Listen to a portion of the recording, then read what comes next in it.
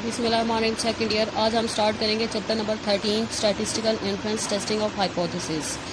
तो सबसे पहले हम इसमें देख लेते हैं स्टैटिस्टिकल हाइपोथेसिस। तो स्टैटिस्टिकल हाइपोथेसिस में आप जो है हाइपोथेसिस इसमें बनाएंगे और इसमें आपके पास जो आपका सैम्पल डाटा होता है उसको सैम्पल डाटा का आपने डिसीजन लेना होता है। ठीक है, इसमें आपके पास जो डाटा होते हैं इसमें आपके पास 2-3 डाटा सेट होते हैं और उन 2-3 डाटा सेट को लेके आपने उसका डिसीजन लेना होता है। और इसमें जब आप डिसीजन लेते हैं जो आपका सारा हाइपोथेसिस प्रोसीजर होता है इसको आप क्या कहते हैं, स्टैटिस्टिकल हाइपोथेसिस।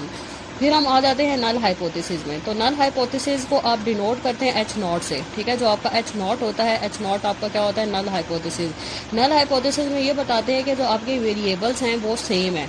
ठीक है, आपके जो वेरिएबल्स हैं जो उनके मीन्स हैं वो क्या है, सेम है। तो नल हाइपोथेसिस में आप जैसे आप ये कह सकते हैं कि जो आपकी स्टूडेंट जो आपकी हाइट है वो तमाम कॉलेजेस की हाइट 62 है।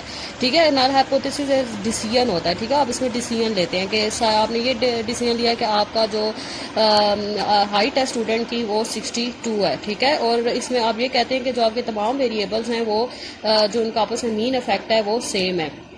ठीक है, सपोज अगर आप एक मेडिसिन लेते हैं तो उसमें आपके पास 3-4 मेडिसिन हैं, तो नल हाइपोथेसिस में आप ये कह सकते हैं कि जो आपके जो 4 मेडिसिन हैं या 3 मेडिसिन हैं इनका जो इफेक्ट है वो जो है सेम है। ठीक है, एक ही डिजीज का जो उस मेडिसिन का इफेक्ट है वो क्या है, तमाम मेडिसिन का सेम है। ठीक है, नल हाइपोथेसिस में आप ये कह सकते हैं। फिर हम आ जाते हैं अल्टरनेटिव हाइपोथेसिस में। तो अल्टरनेटिव हाइपोथेसिस को आप डिनोट करते हैं H1 से। ठीक है, अल्टरनेटिव हाइपोथेसिस को आप किससे डिनोट करते हैं, H1 से डिनोट करते हैं। और अल्टरनेटिव हाइपोथेसिस जो है ये नल हाइपोथेसिस का अल्टरनेटिव होता है। ठीक है, अगर आप नल हाइपोथेसिस में अगर आप ये कह रहे हैं कि आपके जो तमाम स्टूडेंट की तमाम कॉलेजेस के स्टूडेंट की हाइट 62 है, तो अल्टरनेटिव हाइपोथेसिस कहेगा तमाम स्टूडेंट की जो कॉलेजेस की हाइट है वो 62 नहीं है।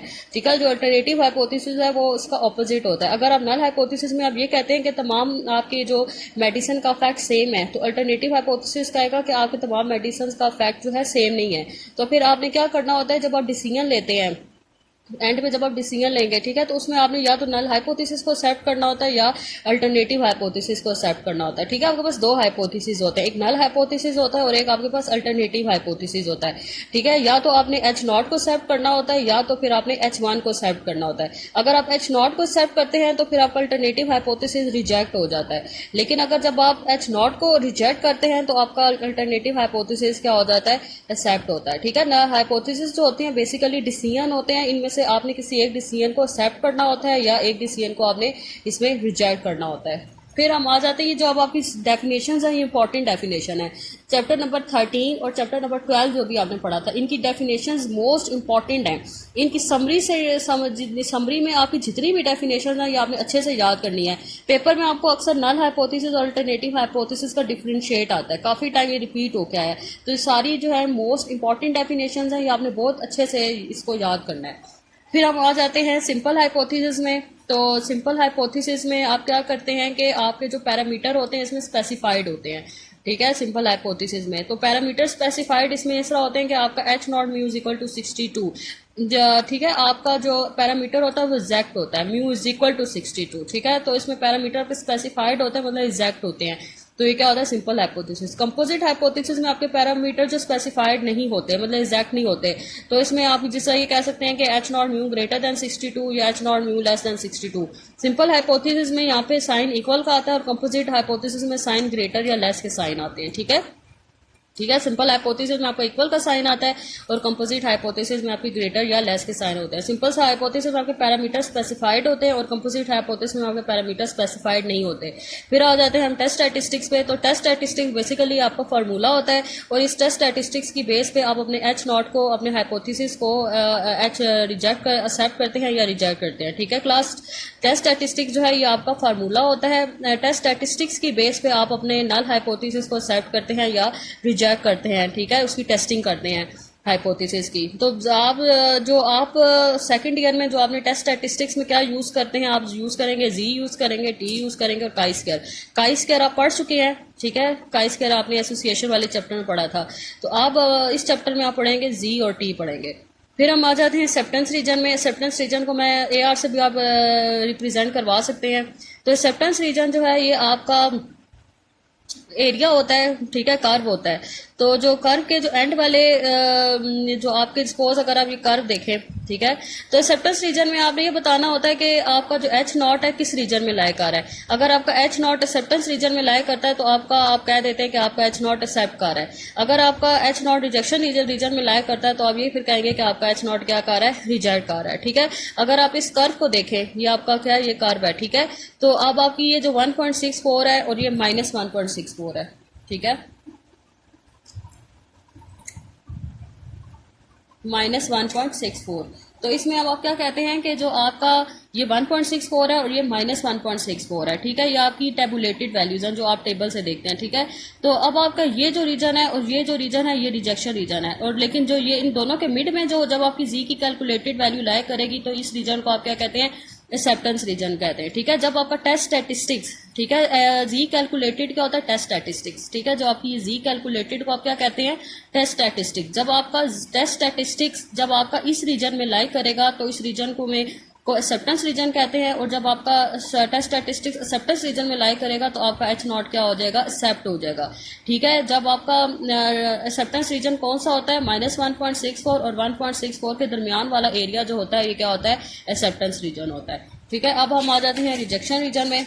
तो रिजेक्शन रीजन जो होता है ये आपका जो ये वाला रीजन है और ये वाला जो रीजन है ये आपका क्या है, रिजेक्शन ये रीजन है आपका, ठीक है। तो जब आपका टेस्ट स्टैटिस्टिक्स जो है जब आपका इस रिजेक्शन रीजन में लाई करे तो फिर आपका एच नॉट क्या हो जाता है, रिजेक्ट हो जाता है, ठीक है। जब आपका टेस्ट स्टैटिस्टिक्स जो है ये दोनों आपकी क्या है, जी की टेबुलेटेड वैल्यूज है। जब आपका टेस्ट स्टैटिस्टिक्स या जी की कैलकुलेटेड वैल्यू जब आपकी इस रीजन में या इस रीजन में रिजेक्शन रीजन में लाई करेगा तो आपका एच नॉट क्या हो जाएगा, रिजेक्ट होगा। जब आपका वो एक्सेप्टेंस रीजन में लाई करेगा तो एच नॉट होगा एक्सेप्ट, जब रिजेक्शन रीजन में लाई करेगा तो एच नॉट क्या होगा, रिजेक्ट। अब जब भी आप क्वेश्चंस करेंगे न्यूमेरिकली तो आप इसको आपको ज्यादा अच्छे से समझ आ जाएगी। अभी आपने इसकी डेफिनेशंस अच्छे से याद करनी है। एक्सेप्टेंस रीजन और रिजेक्शन रीजन की दी डेफिनेशन मोस्ट इंपॉर्टेंट है, पेपर में आती है। इसी तरह सिंपल हाइपोथेसिस और कंपोजिट हाइपोथेसिस की भी डेफिनेशन मोस्ट इंपॉर्टेंट है। अब हम आ जाते हैं वन टेल टेस्ट में। तो वन टेल टेस्ट में आप क्या करते हैं कि आपके वन टेल टेस्ट में जो आपकी जो कर्व में जो आपकी जो टेल होती है इसकी रिजेक्शन रीजन की जो या तो लेफ्ट साइड पे टेल होती है या तो राइट साइड पे टेल होती है, ठीक है। जो आपकी वन टेल टेस्ट में जो आपका रिजेक्शन रीजन होता है या तो वो राइट साइड पे होता है या तो फिर लेफ्ट साइड पे होता है, ठीक है, एक ही साइड पे होता है। जो रिजेक्शन रीजन होता है वन टेल टेस्ट में वो एक ही साइड पे होता है, या तो राइट साइड पे होता है या तो फिर लेफ्ट साइड पे होता है। और अगर आपके इस तरह के हाइपोथेसिस बने जिसमें ग्रेटर लेस के साइन हो तो वो वन टेल टेस्ट होता है, ठीक है। जब आपके हाइपोथेसिस में जब ग्रेटर और लेस के साइन हो तो वो क्या होता है, वन टेल टेस्ट होता है।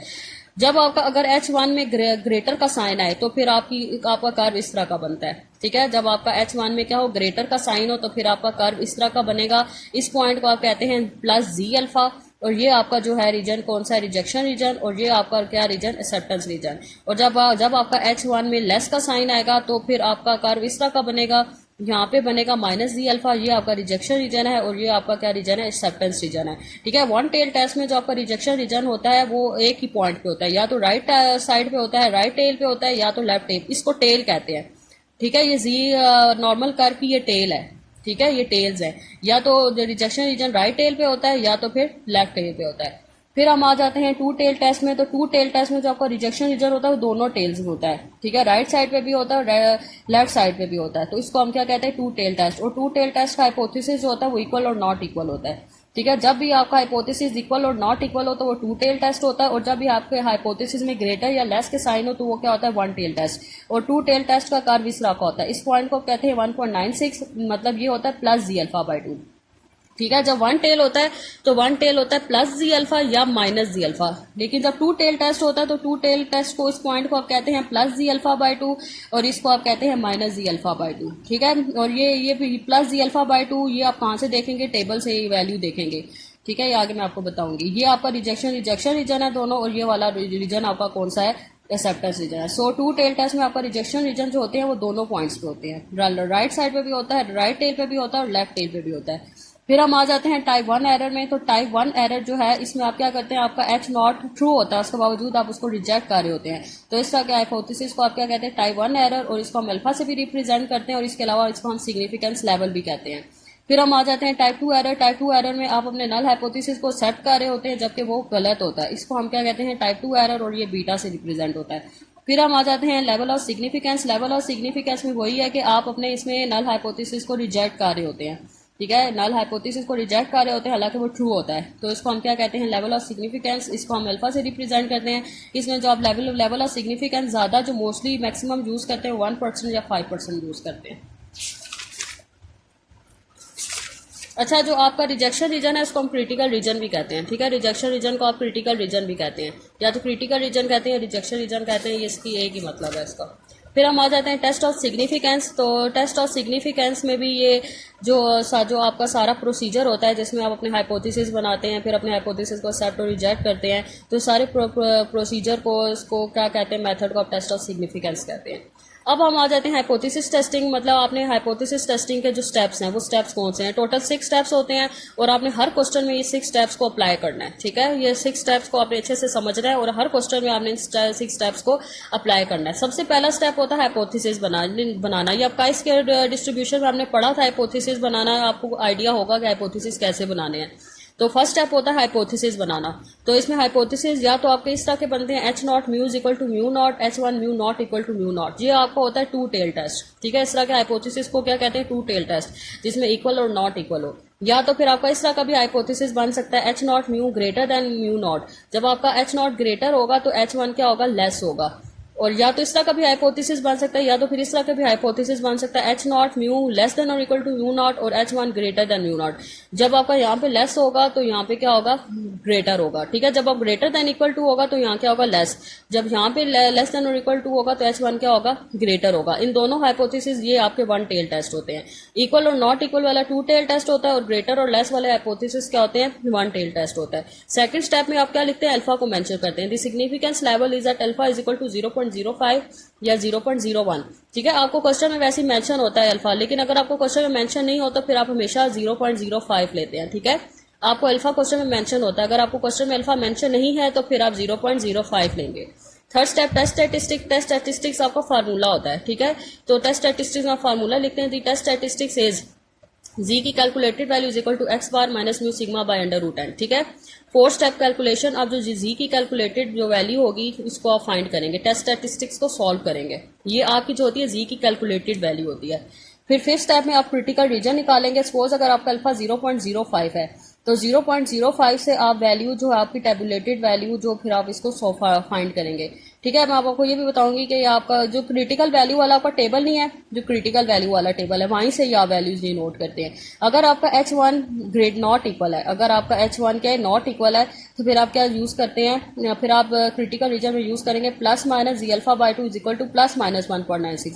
जब आपका अल्फा 0.05 होगा तो इसकी टू टेल की वैल्यू होती है 1.96, ठीक है क्लास। अगर आपका अल्फा 0.05 है तो टू टेल की वैल्यू क्या होगी, प्लस माइनस 1.96। लेकिन जब आपका H1 में ग्रेटर का साइन होगा तो फिर आप क्या यूज करेंगे, plus Z alpha is equal to plus 1.64। जब आपका अल्फा 0.05 होगा तो वन टेल की वैल्यू 1.64 होगी। जब आपका अल्फा 0.05 होता है तो वन टेल की वैल्यू क्या होती है, 1.64 और टू टेल की वैल्यू होती है 1.96। लेकिन जब आपका H1 में लेस का साइन आएगा तो फिर आप यूज करेंगे minus Z alpha is equal to minus 1.64। जब आपका H1 नॉट इक्वल होगा मतलब टू टेल टेस्ट होगा तो फिर आप क्या यूज करेंगे, plus minus Z alpha by 2 is equal to plus minus 1.96। जब आपका H1 ग्रेटर होगा तो फिर आप क्या यूज करेंगे, plus Z alpha is equal to plus 1.64। जब आपका H1 लेस होगा तो फिर आप क्या यूज करेंगे, minus Z alpha is equal to minus 1.64। ये आपकी टू टेल की वैल्यू है और ये दोनों आपकी वन टेल की वैल्यू है जब आपका अल्फा 0.05 होगा। जब आपका अल्फा 0.01 या आपका अल्फा 0.10 होगा तो फिर आपकी वैल्यूज भी और डिफरेंट होंगी। फिर सिक्स स्टेप में आप कंक्लूजन लेंगे, मतलब आपने डिसीजन लेना है कि आपने H नॉट को अपना एक्सेप्ट करना है या रिजेक्ट करना है। अगर आपका अल्फा 0.05 हो तो इसमें आप डिसीजन कैसे लेंगे, अगर आपका H1 नॉट इक्वल है मतलब टू टेल है तो फिर उसका कर्व इस तरह का बनेगा। जब आपका H1 क्या है, टू टेल है मतलब नॉट इक्वल है H1, तो फिर ये इसका कर्व इस तरह बनेगा। इस पॉइंट में ये टेबुलेटेड वैल्यूज है, ठीक है, जो आपकी जो क्रिटिकल वैल्यूज हैं, ठीक है, ये क्रिटिकल वैल्यूज है 1.96 और ये क्या है माइनस 1.96।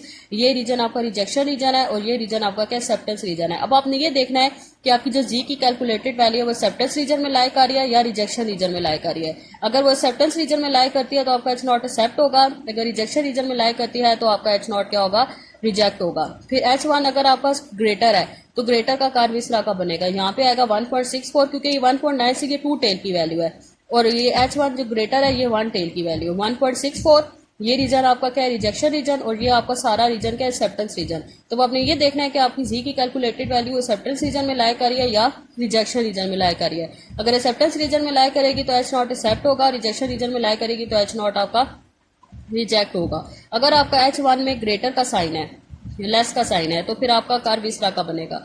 यहाँ पे आएगा -1.64, ये आपका रीजन रिजेक्शन रीजन है, और ये सारा आगे वाला रीजन एक्सेप्टेंस रीजन है।